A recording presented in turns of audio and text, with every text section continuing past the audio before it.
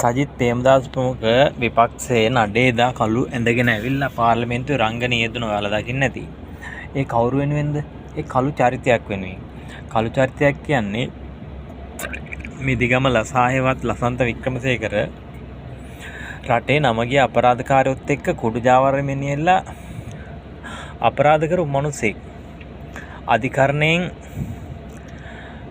වැඩිකාරයෙක් වෙච්ච මිනිසෙක්. පොලිස් පොතේ IRC බැජ් එක වැදිච්ච මිනිසෙක්. එහෙව් මිනිස්සෙකුට තමයි මේ සජිත් ප්‍රේමදාසලා මේ වැලිගම ප්‍රාදේශීය සභාවට තරඟ කරන්න නාම යෝජනාවල් තියලා තියෙනවා. ඉතින් බලන්න මේ විපක්ෂයේ කොච්චරනම් කුජීතයිද කියලා. මිනිසෙක් මැරෙන එක අපි අනුමත කරන්නේ නැහැ. මිනිසෙකුට ජීවත් වීම අයිතිය තියෙන්න ඕනේ. ඒක ඇත්ත.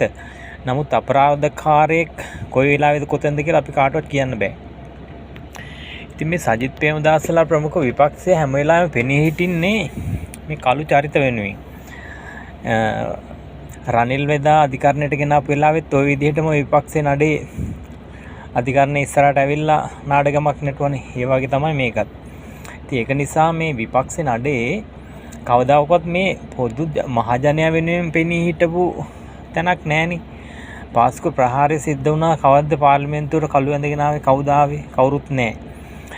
ඒ වගේ මේ පොදු ජනයා වෙනුවෙන් ඉදිරිපත් වෙනවා බොහොම අඩුයි.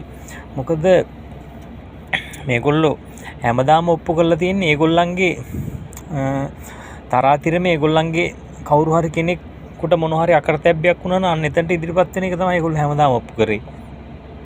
ඒක නිසා මේගොල්ලොන්ගේ පස්සෙන් යන ඔයාලා රටේ ජනතාව වශයෙන් තව පොඩ්ඩක් හිතලා බලන්න මේ මිනිස්සු මේ මොනවද කරන්නේ? කවුරු වෙනුවෙන්ද මේගොල්ලෝ පෙනී හිටින්නේ කියලා. බුද්ධිමත් ජනතාව වශයෙන් රටේ. ඒක නිසා මේ කරගෙන යන පාලනේ මේකට උදව් කරන එක තමයි දැන් තියෙන එකම දේ. වෙන විකල්පයක් නැහැ. මොකද මේ මිනිස්සු රටේ පාලනේ නැවතත් ගත්තොත් රට තවත් අගාධයට මිසක් ගොඩේමක් නැහැ. ඒක නිසා අපි හැමෝම පස්සපාට අමතක කරලා මේ රජය කරගෙන යන වැඩපිළිවෙල සහයෝග දෙන්න ඕනේ. ඒක තමයි විය යුත්තේ. මොකද දැන් මේ රජේ පහුගිය රජලොත් එක්ක සසඳලා බලනකොට වැඩපිළිවෙලක් කරගෙන යනවානේ. සාමාන්‍යයෙන් මහජනයාට දැනෙන විදිහේ වැඩපිළිවෙලක් කරගෙන යනවා. කුඩු මල්ලන එක බලන්න. මේ කුඩු දැන් ඔය අල්ලලා තියෙන කුඩු ප්‍රමාණය ලංකාව ඇතුළට රට ඇතුළට ආවනම් ඔය නැති වෙන්නේ කවුද? අපේ දරු පරපුර. ඉස්කෝලේ ළමයාගේ ඉඳන් වැඩිහිටියනකන් ඉන්න අපේ රටේ මහජනයා. ඉතින් ඒක නිසා ඒ කරන වැඩපිළිවෙලම ගොඩක් අගය කරන්න ඕන. ඒ වගේම මේ පාතාලය මේ රටවල් වලින් අරෙන් මෙහෙන් හැමතැනින්ම අල්ලගෙන එනවා උන්ට දඬුවම් කරනවා. ඉතින් ඒ වගේ මිනිසුන්ට පේන දෙයක් කරගෙන යනවා. ඔයාගේ කරේ නැහැ කිසිම ආණ්ඩුවක්.